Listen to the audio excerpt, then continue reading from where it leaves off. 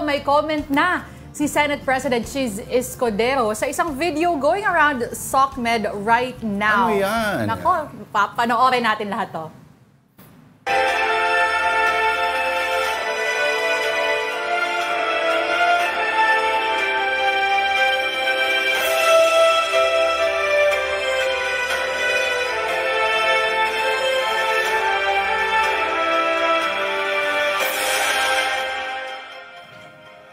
Sabi ni Senate President Chiz, I consider waiting on a lady, first or otherwise, to be gentlemanly. Maaaring sabihin ng iba na makaluma o parang quote-unquote under. Pero para sa akin, hindi kailanman magiging makaluma o di uso anuman ang itawag ng iba ang pagiging maginoo at pakikipagkapwa-tao. Paulit ka ng video, kung okay lang, direct. Sa mga hindi po naka-catch. Gaya ko. One more time, paki-roll play video.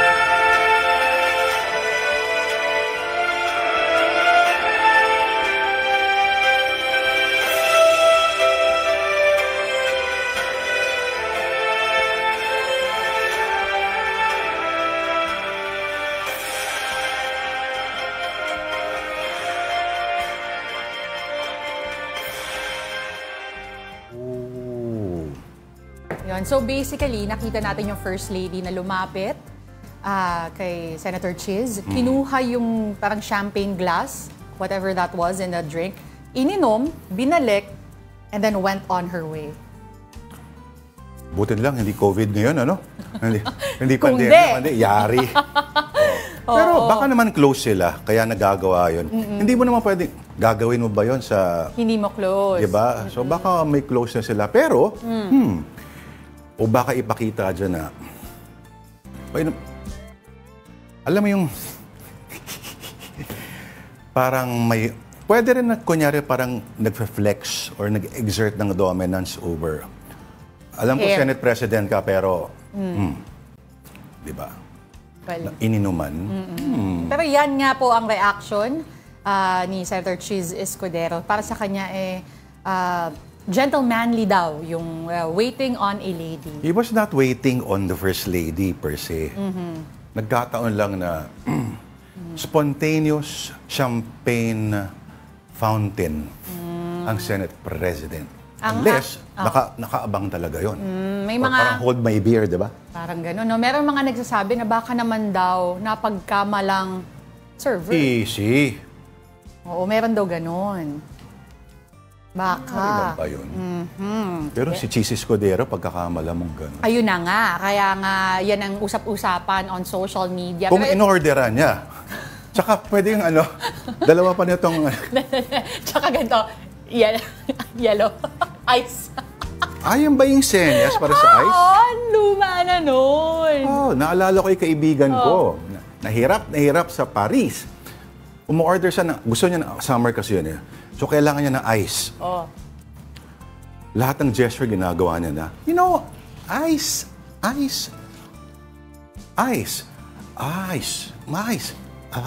Gumawa ganun na.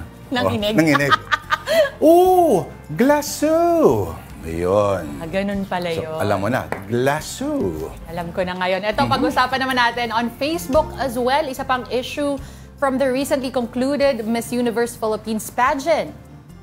Ito, labas lang natin. Alam ko may video package. Hindi raw binayaran. Yes. The long and short of it, hindi binayaran itong si Jeff Albea, ang sculptor na si Jeff Albea. Siya ang gumawa ng trophy. Of course, ang claim niya ay hindi na raw bigla nagpakita. No? And he explained in his post that he's asking MUPH to respect artists and is no longer asking for payment.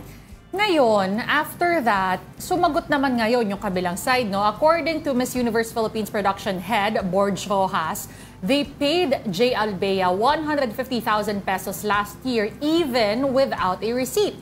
Rojas said the trophies were delivered only on the night of coronation, when they also found out that Albea is asking for 75,000 pesos more.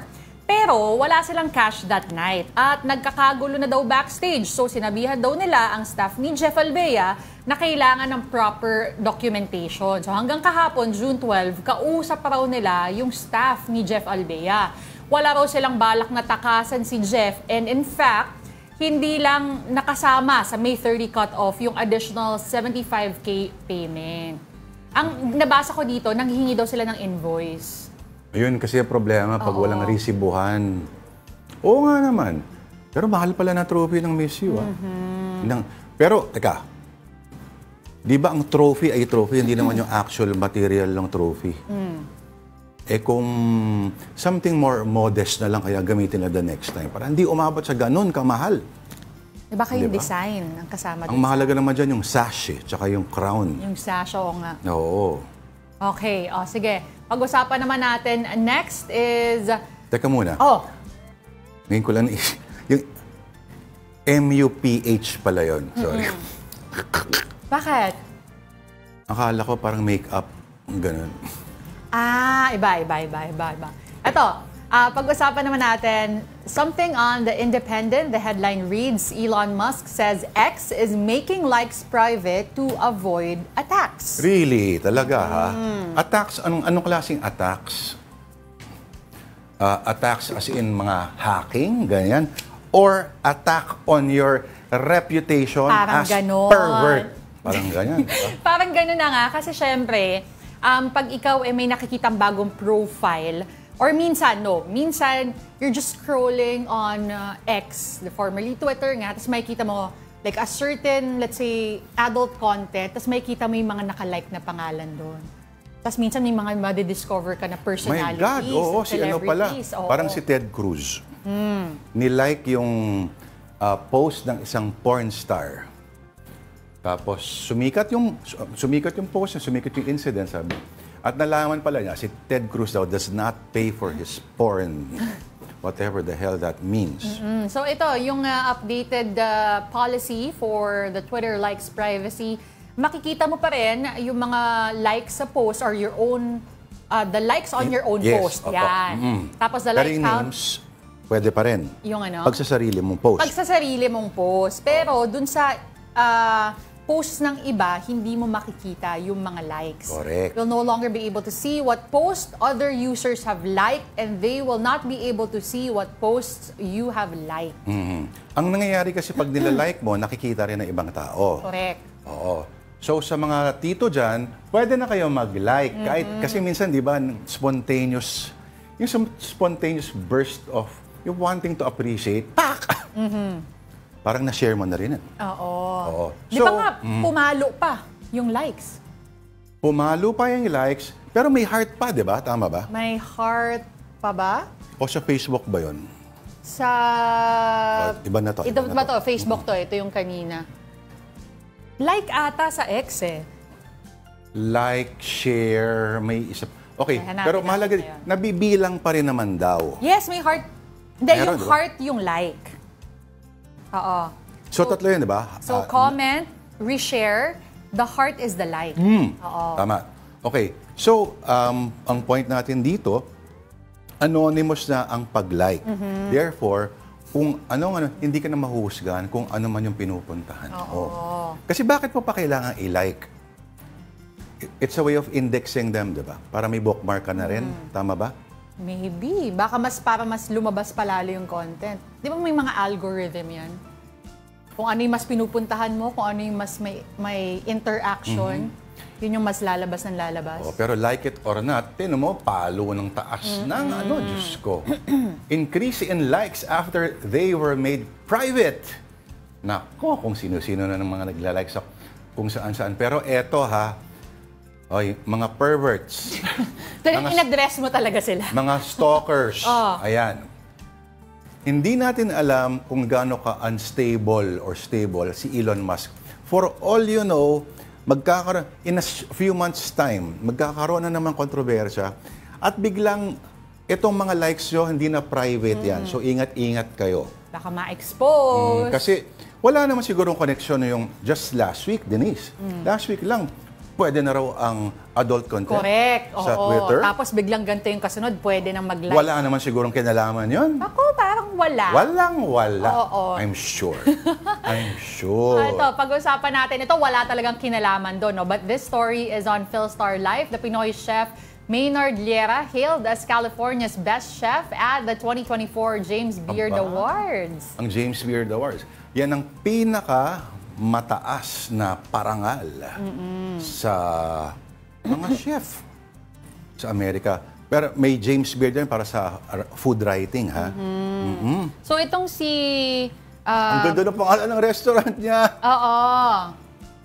Kuya Lord, correct. Di ba? Parang tawag sa akin ng mga yaya. Kuya Lords. Kuya Lords. Okay, so si Maynard Liera, actually born siya here in Lucena City in Quezon. Tapos lumipat lang sila doon. So isa sa mga pinasalamatan niya after this award actually was his wife na sabi nag-give up pa daw ng kanyang trabaho, kanyang hanap buhay to share this journey with him as they moved to California. Ayan. Pero tingnan mo yung kanyang specialty sa kanyang Kuya Lord restaurant. Lechon. Correct? Hiramasa collar. Ano kayang isda ba? Oo Isda nga, siguro yan. Chop suey. Ay, gusto ko yung tapsilog, rice bowls. Oo. Pero actually, kung Pinoy ka, redundant na yung dalawang word na yan. Correct, kasi nga may silog ka na eh. Yes! Oo. Okay. So, ako para sa akin, Denise, ang marka ng isang quality resto ay yung narrow down at may focus yung menu. Although may mga nakakalusot din naman yung mga restaurant dito sa Pinas na may sushi na, tapos may pizza pa. Oo. At may mga ganyan, di ba? At may lechon kawali. Oo. Pero ito, parang ano yun di ba sa Japanese, mga Oriental, yung focus talaga on single dishes Correct. lang. At doon nakabuhos Kung ang more on sa noodle side ka, mga ramen. Yes. Kaya dito nakakatawa eh. Yung mga Japanese restaurants, may ramen, may sushi, may spaghetti. Oo, sa Japan, hindi mo May makikita halo-halo. kung ramen place ka lang. Ito si Maynard, I feel like more of comfort food, no? Yes. Kasi may pinakita tayo kanina na lechon, silog, pero meron din siya mga kare-kare, mga pansit. Oo. Tapos, ino-offer niya rin ng hindi lang solo meals. Meron din siya mga trays, perfect for parties. Oo. Talaga? Oo. Pinoy talaga yan. Pinoy talaga. Parang aling banang sa mga ganun. Oo, 1919 established yung James Beard Award, named after the late American chef na naging pioneer sa mga cooking shows, TV